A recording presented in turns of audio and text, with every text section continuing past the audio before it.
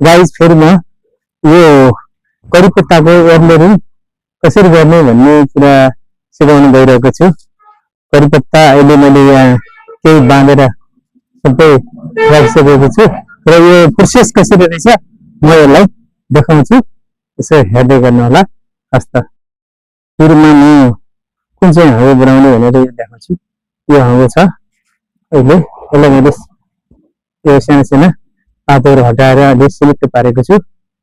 गरमदाखेरि हाँगोहरू यस्तै बनाउनु पर्छ। अहिले यसमा मैले के लगाएँ यो पनि म कुरा भन्छु। यो चाहिँ यतापट्टि पनि बनाइसकेको छु। यसलाई म कसरी चाहिँ यसको तयारी गर्ने काटेर म बताउँछु। यसलाई मैले यहाँ यो काटेको छु।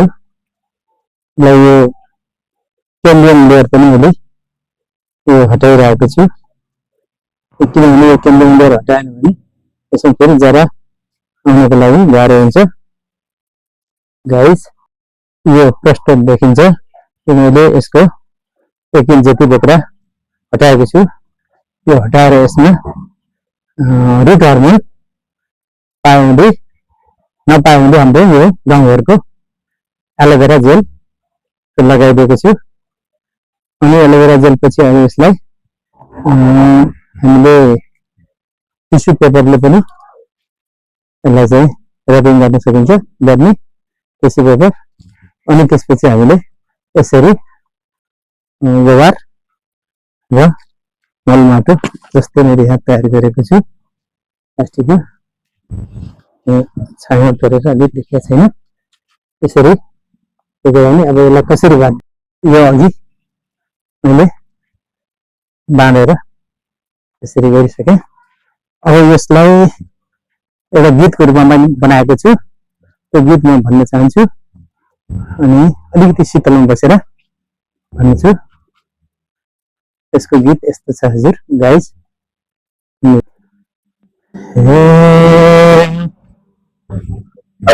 पाता झर्ने बेला आयो फागुन र चैत्र सिकिहाल किसान सौमित्र बार अमिलो जात लुची यसमा मुख्य लेडुमा सफल हुने हुर्काउन सुख सिसा कलम साई जाको ठडो हुने छाना 1 वर्ष पुरानो सलक परिकन 5 इन्ची ठाउँ छाडी पातलो पत्र हटाएर झ्याउ बिजाइ बानौँ।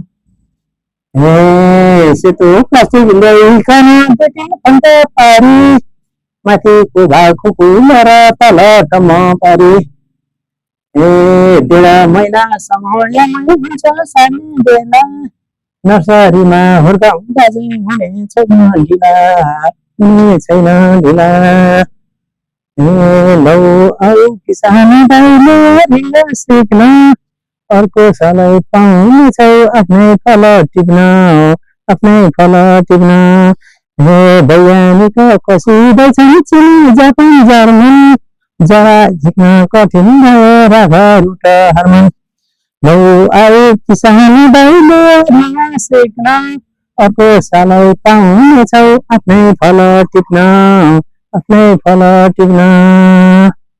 अब यसमा चाहिँ हामीले अहिले यो कडी पत्ताको चाहिँ एयरलेहरू उत्पादन गरिरहेका छौँ। अब हजुरलाई पनि यो कडी पत्ता यति ठुलो खालको चाहियो भने अर्डर गर्नु होला गाइस। अनलाइन पठाउन त सकिँदैन, यो तनहुँ जिल्लाको गुडाँडी मेघदे 1 मा हजुर आफै आएर यसलाई खरिद गरेर लान सक्नुहुनेछ। अनि यसमा ठुलो लानुहुन्छ भने पनि ठुलो साइजको पनि छ। यसमा चाहिँ अलिकति हजुरलाई बेर्ना भएन, यहाँ बेर्ना पनि बनाएको छु।